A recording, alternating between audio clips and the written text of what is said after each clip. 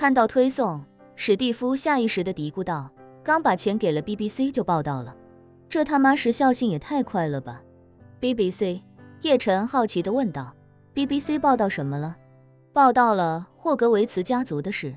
对，史蒂夫一边打开手机，快速浏览着新闻，一边对叶晨说道：“叶先生，霍格维茨家的那个珍妮·霍格维茨竟然接受了媒体的全程跟踪和采访，在新闻里面全是她的照片，这老娘们心机可够重的，钱还没花之前就已经给自己包装上了。”叶晨虽然没看到新闻内容，但倒也不觉得惊讶，笑着说道：“人家10亿美金都花了，包装一下也无可厚非。”史蒂夫忍不住道：“可是他也不知道绑匪看到这则新闻报道会是什么态度。她老公和儿子还在对方的手上，她难道就不担心对方看到新闻之后恼羞成怒，把她老公和儿子干掉吗？”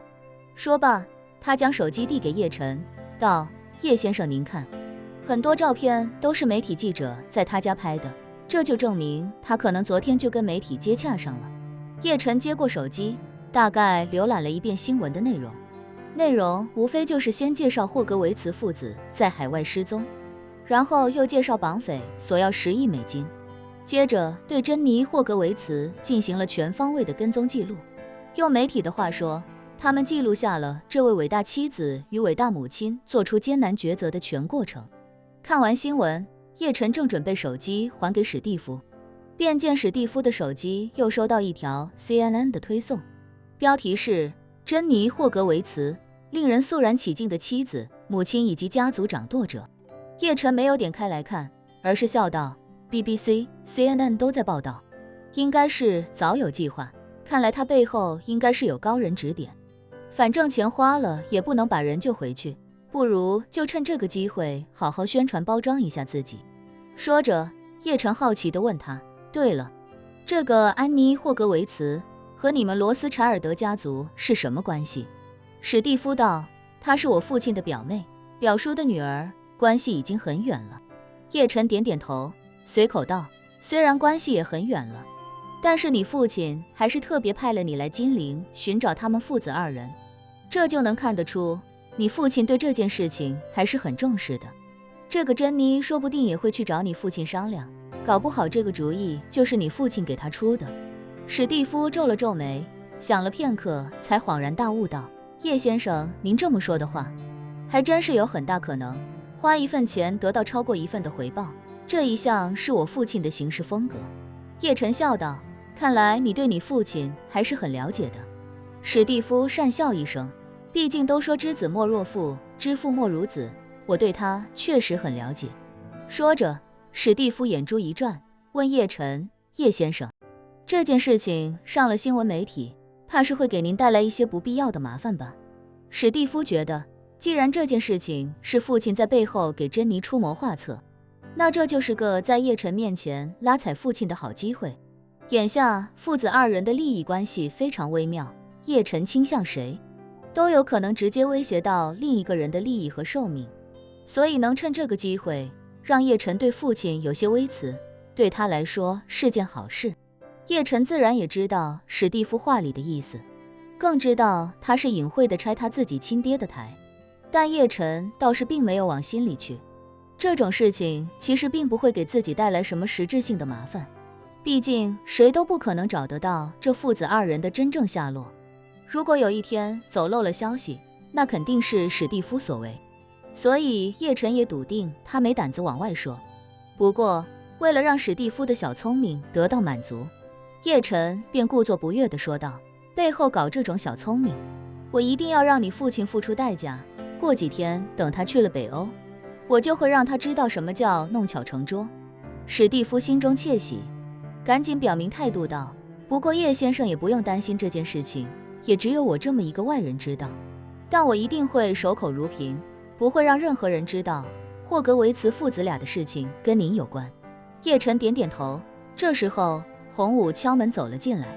对叶晨说道：叶大师，能起热菜了吗？叶晨招手道：来，洪武，你先坐，正好有事儿要跟你和史蒂夫说。洪武连忙在叶晨另一侧坐了下来，恭敬地说道：叶大师有事尽管吩咐。叶晨看了眼史蒂夫，道：对了，我记得史蒂夫当时在养狗场，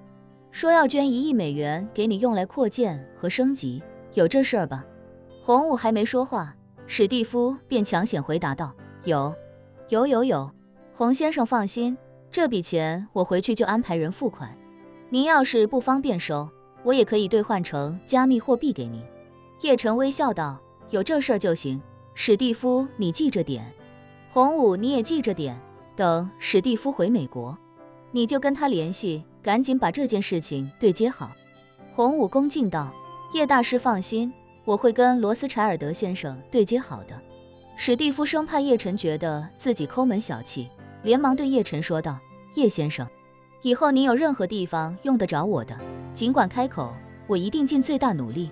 叶晨想起什么，道：对了，再过2天，你父亲在北欧弄的那个 AI 模型就要落地交付给北欧女皇了，我打算过去观摩一下，你能不能帮我安排一架背景干净，